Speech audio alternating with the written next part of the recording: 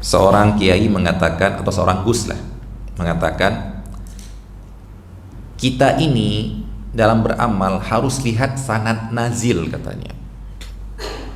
Anak waktu dengar seperti itu baru tahu, oh ternyata ini toh alasan mereka beramal beda dengan kitab. Katanya mazhab Syafi'i, tapi kok beda amalannya dengan mazhab Syafi'i? Ternyata dia mengatakan, kita dalam beramal itu jangan cuma lihat kitab, jangan cuma lihat sanad Ali. Sanad Ali itu sanad yang lebih dekat kepada Rasulullah. Tapi juga kita lihat sanad nazil, sanad yang lebih dekat kepada kita, yaitu kiai-kiai kita sekarang ini. Nah, kemudian beliau mencontohkan, kaget anak waktu itu.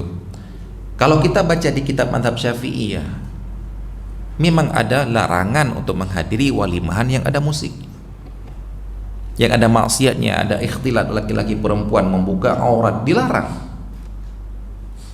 kecuali untuk mengingkari. Jangan malah kita berbaur dengan kemaksiatan. Itu kalau kita lihat kitab katanya, kitab ulama terdahulu. Tapi kalau kita lihat yang sekarang, kiai-kiai kita kok menghadiri walimahan muridnya yang ada musiknya, membuka aurat dan lain sebagainya. Berarti, nah berarti ini yang gak enak nih Pak. Berarti boleh, di kitab nggak boleh, tapi sanad ini nazil boleh. Akhirnya yang diturunkan ke murid-murid yang berikutnya apa? Bolehnya ini. Dalam artian ya Allah, seperti inilah yang membuat masyarakat kita yang ngakunya mazhab Syafi'i, ternyata amalan mereka beda dengan di kitab mazhab Syafi'i. Kenapa? Perlakuan panutan mereka. Seandainya mereka memahami kaedah dalam hal ini, yaitu apabila disebut oleh para ulama kaedahnya, apabila seorang perawi hadis, ingat ya, bukan hanya hukum fikih, hadis, beliau mengatakan tidak, Rasulullah melarang ini, tapi dia melakukan, maka tugas kita adalah lebih percaya apa yang diriwayatkan ucapan Rasulullahnya, bukan dia. Kenapa? Ini manusia, bisa salah. Kalau kita tanya ternyata, Ustaz kenapa hadir Ustaz? Gak enakan. Jadi beliau, ya emang perbuatan saya salah, gak enak saya kalau gak hadir. Ini gini. Tapi ingat, ucapan saya itu tetap benar. Akhirnya murid-muridnya pada tahu, oh iya, sebenarnya nggak boleh, cuma Ustadz ini hadir, ya kita kasih undur lah, gara-gara nggak enak beliau, walaupun salah. Ini enggak, yang disampaikan adalah berarti boleh, hancur yang di kitab Pak. Sehingga begitu datang kita melarang sesuai dengan yang di kitab, langsung dicap Wahabi. Kenapa? Kiai kami nggak pernah ngelarang kok. Kiai kami yang lebih paham mazhab Syafi'i nggak ngelarang kok. Kamu pulang tiba-tiba pulang dari Madinah, bukan mazhab Syafi'i, ngelarang. Nah, kita tunjukkan loh, ini kitabnya lo baca, begini baca. Cuma nggak bisa baca.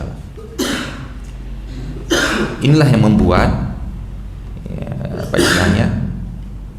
membuat masyarakat menolak kebenaran yang datang walaupun dari kitab panutan mereka, karena ada orang-orang di sekitar mereka yang tidak pernah menyampaikan, bahkan beramal yang beda dengan apa yang di kitab.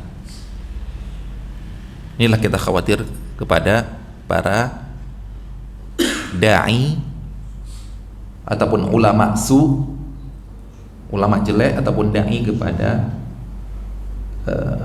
api neraka.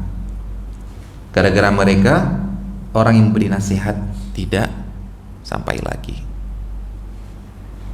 Di kitab mazhab Syafi'i jelas tentang alat musik, tentang hukum musik jelas.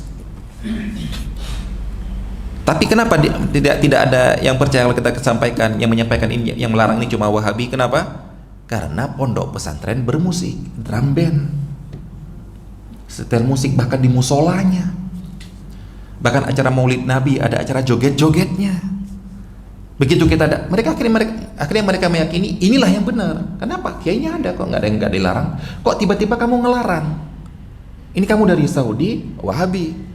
Padahal kalau kita bilang di kitab mereka ada. Ya ini prinsip kita Pak ya. Jadi kalau kita mendengar hadis, mendengar jelas-jelas yang disampaikan, kemudian ustadznya beramal berbeda, yang kita tuduh pertama adalah, sebelum tabayun ya, yang kita tuduh pertama adalah ustadznya yang salah, bukan yang disampaikan yang salah. Kenapa? Ini manusia, ini hukum wajar, maksudnya kita katakan wajar sebagai manusia ustadz jatuh ke dalam kesalahan.